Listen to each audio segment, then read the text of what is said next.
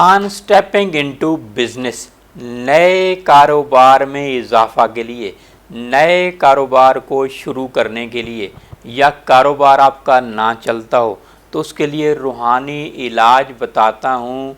سورہ لقمان آیت نمبر 26، للہ ما فی السماوات والارض ان اللہ هو الغنی الحمید۔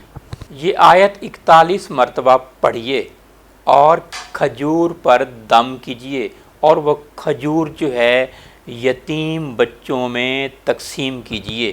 انشاءاللہ آپ کا کاروبار بھی چلے گا اور آپ کے کاروبار میں اضافہ بھی ہوگا۔ If anyone set up a new business venture or seeks to expand his running business, then let him recite this verse 41 times and blow on Dakti Lifra and distribute it in orphan child. Inshallah, he will blessing receive.